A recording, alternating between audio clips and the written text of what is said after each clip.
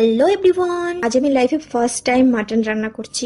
আশা করছি খারাপ হবে না, যেহেতু আমি সমস্ত রান্নাই জানি। মাটনটা ট্রাই করা হয়নি, মাই ট্রাই করতো, আমি ভয় পেতাম একটু, মাকেই বলতাম, মা বললো আজকে কর না ট্রাই, তুই তো চিকেন খুব সুন্দর রান্না করিস, মাটনটাও আশা করি ভালোই হবে।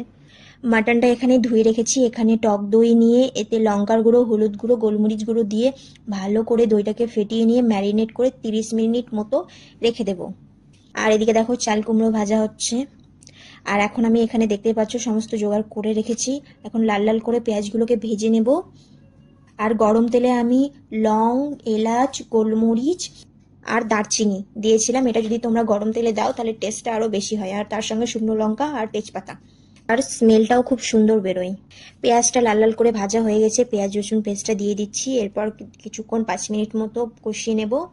এরপর আদা জিরে ধনে যে পেস্টটা করে রেখেছি সেই পেস্টটা দিয়ে দেবো, দিয়ে ভালো করে মশলাটাকে কষিয়ে নেব। আর এই মশলাতে লবণ, হলুদ, চিনি, টমেটো দিয়ে ভালো করে কষিয়ে নেব। এরপর ম্যারিনেট করে রাখা মাটনটা দিয়ে দিলাম। এরপর 30 মিনিট 40 মিনিট মতো ভালো করে কষিয়ে নিতে হবে।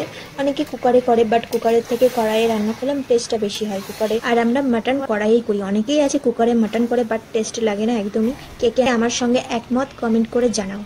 আর আমি কষার ভেতরেই 2 টুকরো পেঁপেও দিয়ে দিয়েছি, যাতে মাটনটা তাড়াতাড়ি সেদ্ধ হয়।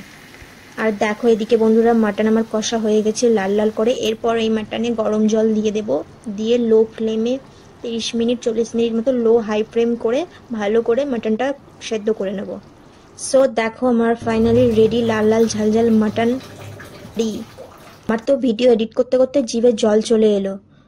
তোমরা যদি এরকম আরো নতুন নতুন ভিডিও দেখতে হলে চ্যানেলটিকে সাবস্ক্রাইব করে দাও।